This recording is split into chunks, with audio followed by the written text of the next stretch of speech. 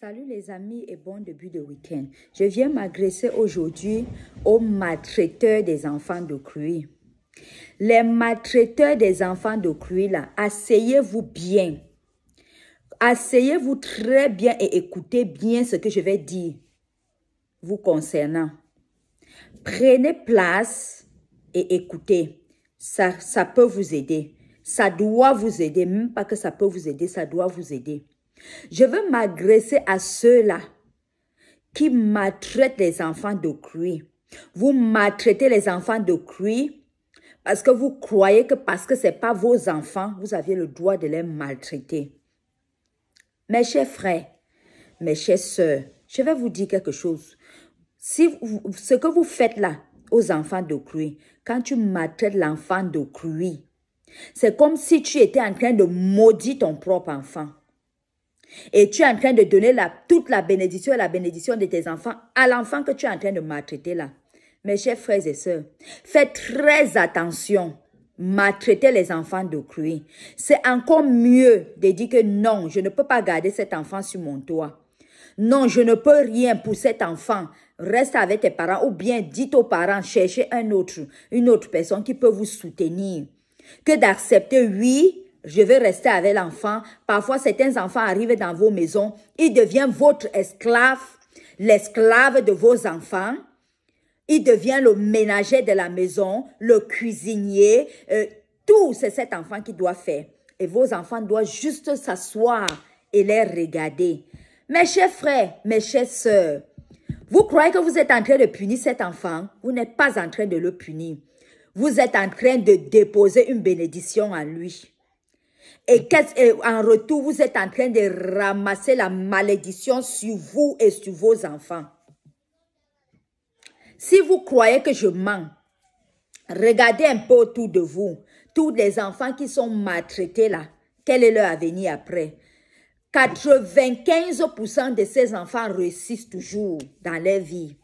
Ils réussissent toujours. Donc, c'est comme si vous êtes en train de leur pousser à réussir. Mais pour vous, croyez que vous êtes en train de leur maltraiter, puisqu'ils n'ont personne. Certains sont des orphelins. Vous allez aller jusqu'à dire à l'autre que qui peut me parler?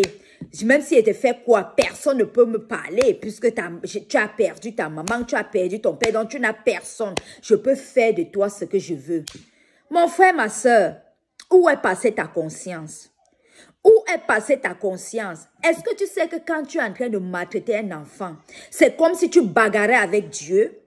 Les enfants sont des anges. Je vais voir certaines femmes ignorantes. Ils ont un enfant, même pas un enfant âgé, un enfant de 8 ans, 9 ans, 10 ans. Le voisin va passer, tu te plains. Oh, l'enfant-ci, il est trop têtu. La voisine passe, oh, l'enfant-ci, il est trop têtu. Vous n'aviez pas honte? Vous n'aviez pas honte en tant que parent? Vous n'aviez pas honte? Si c'est votre propre enfant qui est têtu, qu'est-ce que vous allez faire de ces enfants? Qu'est-ce que vous allez faire de ces enfants? Vous allez supporter parce que c'est votre enfant, n'est-ce pas? Ah, mais je ne fais que vous dire la vérité. Je ne fais que vous prêcher la vérité. Parce que je prête ma bouche à Dieu. Arrêtez de mettre la malédiction sur vous et sur vos enfants. Si ce n'était que sur vous, ça devait aller pour moi. Je n'ai pas de problème. Mais ce que vous êtes en train de mettre la malédiction sur les autres enfants innocents qui sont vos propres enfants. Vous matez les enfants de Cruy. Vous allez même demander à vos enfants de cracher sur eux, de faire n'importe quoi sur eux. Ah, vraiment. Vous êtes en train de lever une bande dangereuse pour la société. Parce que ce que vous apprenez à vos enfants là, c'est ce qu'eux-mêmes demain, ils vont faire ça aux autres. Vous êtes les zombies ou bien vous êtes les êtres humains. Un enfant, tu ne connais pas son futur. Tu ne sais pas si cet enfant est ton sauveur demain ou bien le sauveur de tes enfants. Tu ne sais pas. Tu ne sais pas si cet enfant, c'est lui qui doit te sauver un jour. Mais tu le maltraites. Il devient une ruse dans le quartier. Tu vas partager son nom partout dans le quartier. Un petit enfant. Et toi, tu es parent. Tu veux dire tu es parent? Tu n'es pas parent, tu es un zombie. Reste comment tu vas avoir les cornes sur ta tête. Mon frère, ma soeur, je vais vous raconter une histoire qui m'a donné la chair de poule jusqu'à aujourd'hui. Jusqu'à aujourd'hui, quand je pense à cette histoire, j'ai mal. J'ai très mal. Les enfants n'ont aucun droit de souffrir comme ça. L'enfant n'a aucun droit de coper tout cela. Même s'il est orphelin, il a droit à la vie. La Bible, la parole de Dieu dit que les enfants sont des dons venant de Dieu. Donc si tu as la chance d'avoir même un enfant, même qui n'est pas ton enfant, qui est sur ton toit, c'est une bénédiction pour toi. C'est une bénédiction pour toi. Il faut gagner de l'opportunité parce que tu ne sais pas. Peut-être c'est un futur président qui est sur ton toit, mais tu le maltraites. Tu le maltraites, il devient la ruse au quartier. Certains partent jusqu'à mettre le piment dans les yeux d'un enfant, l'enfant d'autrui. Si tu n'es pas un démon, un zombie, jusqu'à ce qu'il reste les cornes qui vont monter sur ta tête, tu mets le piment dans les yeux de l'enfant d'autrui. Hein? Mais je te rassure qu'avec ça, tu es déjà même maudit. Je n'ai pas envie d'ajouter pour moi sur ça. Tu es déjà maudit en faisant tout ça. J'ai seulement pitié de ta génération. Parce que ce qui est sûr, tu vas payer le prix. Même si cet enfant a fait quoi? Un enfant, n'exagérez pas. Je vais raconter mon histoire. Il y a l'un de mes voisins qui était fatigué parce qu'elle avait perdu son travail. Elle a tout perdu.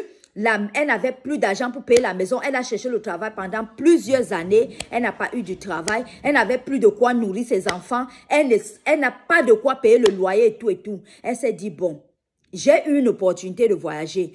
Il faut que je laisse mes enfants à ma soeur. Elle avait 2 enfants. Il faut que je laisse mes enfants à ma soeur, sa propre soeur. Écoutez bien ça.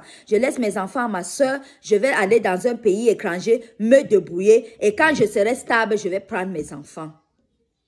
Quand je regardais ces enfants, j'ai dit, oh, la pauvre femme. Si elle savait, elle devait rester souffrir avec ses enfants. Ces enfants étaient devenus les esclaves dans la maison de leur tante. Les enfants de leur tante vont s'asseoir, croiser le pied, ils sont sur le téléphone. Ce sont ces enfants-là qui font tout dans la maison.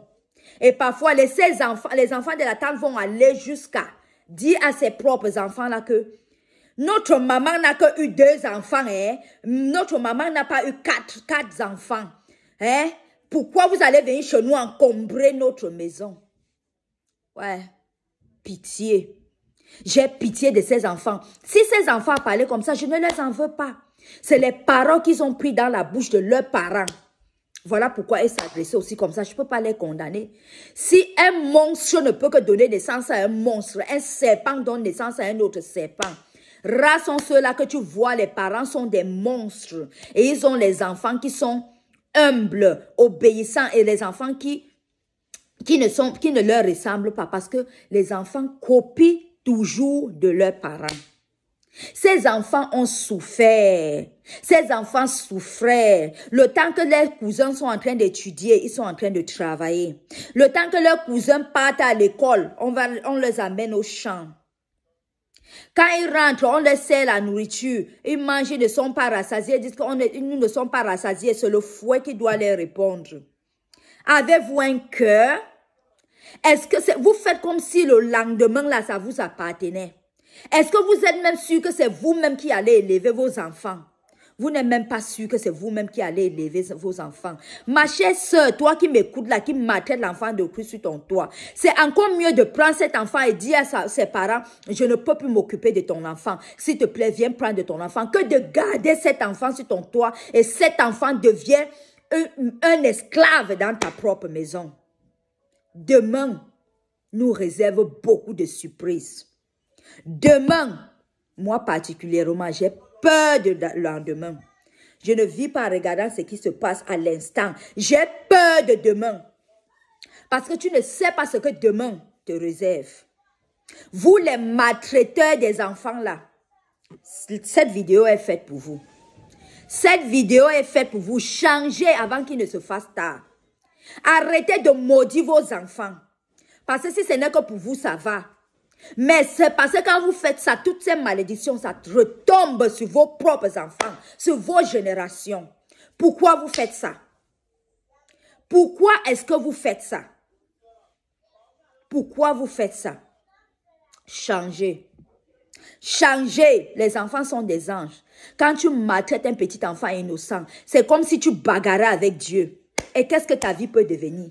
Moi, j'ai toujours regardé la vie de tous ces gens-là sont toujours misérables. Et vous savez, pour tout vous dire, eux-mêmes ne savent même pas que leur vie est misérable. Tous ces gens, quand tu es maudit, tu vis dans la misère, tu vis dans la même maison avec des cafards et des souris, tu vis dans la même maison avec des porcs. Toi-même, tu ne connais même pas que ta vie est misérable parce que tu es maudit. Parce que si tu n'es pas maudit, tu vas savoir que tu ne peux pas vivre dans la même maison avec l'animal. Tu vas savoir que tu ne peux pas mélanger le même toit avec le porc qui chie sur place. Tu sens son odeur. Et tu te crois arrivé, tu te crois assise, tu es arrivé. Tu es maudit. Cherchez la face de Dieu. Arrêtez de faire le mal ne paye pas. Arrêtez de maudire ces pauvres enfants que vous donnez naissance. Arrêtez ça. Arrêtez ça. Arrêtez de pourrir la vie de vos enfants. Cherchez la face de Dieu. La Bible dit que la crainte de Dieu, c'est un début de sagesse. Cherchez Dieu. Demandez la sagesse et l'intelligence à Dieu et il va vous donner. Je m'excuse d'être vraiment comme ça, très violente avec vous, mais ça fait mal. Ça fait mal de voir qu'on maltraite un enfant, un innocent. Un enfant. C'est comme si dans la tête là, quelque chose ne va pas. Ou on va vous amener à l'hôpital. Ou c'est la folie, je ne sais pas. Franchement, tu es une grande personne, tu peux te comparer à un enfant. Tu te plains d'un enfant, quelqu'un passe en route, le voisin, hé, l'enfant là, il est trop têtu. Hé, l'enfant là, je vais le porter, aller lui donner au village. Vous n'aviez pas honte. Vous n'aviez pas honte, vous n'aviez même pas un petit mature comme ça en vous. Vous êtes vous-même, même niveau que cet enfant. Ce petit enfant qui n'a rien dans sa tête, qui est encore en train de grandir. Il ne connaît pas ce que la vie est. Mais vous qui connaissez tout, vous avez eu beaucoup d'expérience dans la vie. Vous vous mettez au niveau d'un enfant. Étant un adulte, un chef de famille, une chef de famille. Changez. Changez. Changez. Et demain, vous allez vous dire, j'ai élevé l'enfant là. C'est moi qui ai aidé l'enfant là. Et aujourd'hui, il est bien, il n'a pas mon temps. Il va avoir ton temps comment? Tout ce qu'il ressent de toi, c'est la haine, la haine, la haine, la haine. Parce que tu te dis, je le fais, il est petit. Il ne doit pas se rappeler. Même s'il a 1 an, même 2 ans, tu lui maltraites là. Quand il va grandir, ça va revenir dans sa tête comme le film. Il va voir que ce que toi, tu lui faisais, tu ne l'as jamais bien traité. Si ce n'est pas seulement par la grâce de Dieu, il ne voudrait même jamais entendre parler de toi. Il n'a même pas envie de te voir, même, il n'a même pas envie de voir ta photo. Mais nous, en tant que chrétiens, nous devions prêcher à nos enfants toujours de pardonner. Parce que ce genre-là, ce genre de personnes, ils sont déjà maudits. Donc, ce n'est pas la peine qu'on ajoute pour nous dedans. Ils sont maudits. Laissez-le avec leur malédiction. Pardonnez et avancez. Mais si je suis vraiment en colère aujourd'hui, c'est à cause de ces gens parce qu'ils mettent leurs enfants dans ce pétrin. Ils mettent les enfants dans ces marmailles-là. C'est ça qui me dérange. Si ce n'était que pour eux, là, je ne faisais même pas cette vidéo. Mais c'est à cause de leurs propres enfants, là, qui mettent dedans. Parce que quand tu fais du mal, là, tu crois que ça va retomber sur toi seul. C'est sur toi et ta génération. Ah oui. Une femme sage, une femme intelligente doit bien traiter l'enfant d'autrui, même plus que son propre enfant. Elle fait ça et quand elle fait ça, les bénédictions, ça fait pas sur la vie de ses enfants. Ah oui. Mon frère, ma soeur, le mal ne paye pas, mais le bien paye. Un bienfait n'est jamais perdu. Tout ce que tu fais te rapporte quelque chose. Tu fais le mal, ça va te rapporter le mal. Tu fais le bien, ça te rapporte du bien. Mais je vais conseiller ma soeur dont j'ai parlé d'elle façon maltraiter ses enfants-là. Ma soeur, pardonne ta soeur. Pardonne-la et laisse sa malchance entre ses mains. Pardonne-la et si tu peux même prier pour ses enfants, prie pour ses enfants. Pour que cette malédiction ne suive pas ses enfants. Ah oui, prie pour ces enfants-là. Parce que j'ai même appris que tu avais récupéré tes enfants. Dieu merci, tu les as récupérés. Et conseille tes enfants de pardonner ces zombies-là. Prie pour tes enfants et prie qu'eux-mêmes ont le cœur de pardon. Parce que certains enfants, quand ils sont maltraités comme ça, ils grandissent avec la haine. Ils ont la haine en eux. Et c'est difficile. Ce n'est que par la grâce de Dieu pour enlever cette haine à eux. Ils ont grandi dans la maltraitance. Donc, tout ce qu'ils vont voir autour d'eux, ce n'est que la haine. C'est la haine seulement. Ils se disent que tout le monde ne les aime pas. Les gens ne les aiment pas. Les gens les détestent. Parce que quoi? Ils ont eu un début très frustrant. On les a frustrés au début de leur vie. Vous voyez? Vous voyez ce que vous causez dans la société? C'est grave. C'est grave. Mes chères sœurs, dans le Seigneur, vous qui avez la crainte de Dieu, s'il vous plaît, utilisez vos voix pour aider les gens comme ça. Parce que la plupart des gens comme ça, je peux les appeler les malades. Ils sont tout simplement malades. Parce que si tu n'es pas malade, on ne peut pas te voir en train de battre sur un enfant de 8 ans, 9 ans, 10 ans tous les jours, comme si c'était un serpent. Mais tu es malade, ce qui est sûr, tu es malade. Tu as besoin de l'intervention divine. Mes chers frères et sœurs, dans le Seigneur, prions pour ce genre de personnes. Pour que la société au moins ait la paix. Parce que si nous avions plusieurs personnes dans la société comme ceux-là, ils vont nous pourrir la société. Parce qu'ils vont entraîner nos enfants à devenir des enfants méchants. De deux, leurs propres enfants seront des enfants maudits. Et ils seront une nuance pour la société. Vous voyez? Vous voyez? Restons dans la prière, mes frères et sœurs. Restons dans la prière. Sachant que le combat n'est pas charnel. Le combat est spirituel. La parole de Dieu dit, la Bible vient pour tuer. Le diable vient pour tuer, voler et détruire. Le diable, c'est qui? Le diable, c'est un esprit. Le diable n'est pas ton frère. Le diable n'est pas ta soeur. Le diable n'est pas ta tante. Le diable n'est pas ton oncle. C'est un esprit. Et ces esprits-là viennent chercher des cœurs méchants pour posséder. S'il voit que tes pensées sont diaboliques, il va te posséder, il va t'utiliser de continuer à faire du mal. Ainsi que l'Esprit de Dieu. Quand l'Esprit de Dieu vient, il voit que ton cœur est bon, tu es une bonne personne, tu aides les gens autour de toi. L'Esprit de Dieu te possède aussi pour faire du bien. C'est comme ça aussi. Mon frère, ma soeur, ne prête pas ta bouche au diable. Ne prête pas ton corps au diable avec tes mauvaises pensées. Parce qu'il voit les mauvaises pensées là, c'est là où il vient. Si tu n'as pas les mauvaises pensées là en toi d'abord, le diable ne peut pas te posséder. Le diable n'aime pas le bien. Le diable peut tout copier. Hein? Le diable peut tout copier. Mais la seule chose qu'il ne peut pas copier, c'est la sainteté. C'est la sainteté, c'est le bien. Il ne peut pas copier l'autre là parce qu'il ne connaît pas. Ce qu'il connaît, c'est le mal. C'est de tuer, de détruire, de voler. Entrer dans une famille, détruire, mettre la haine partout, il a déjà détruit. Vous séparez, quand il a fini de vous séparer, il va commencer à tuer les gens un à un.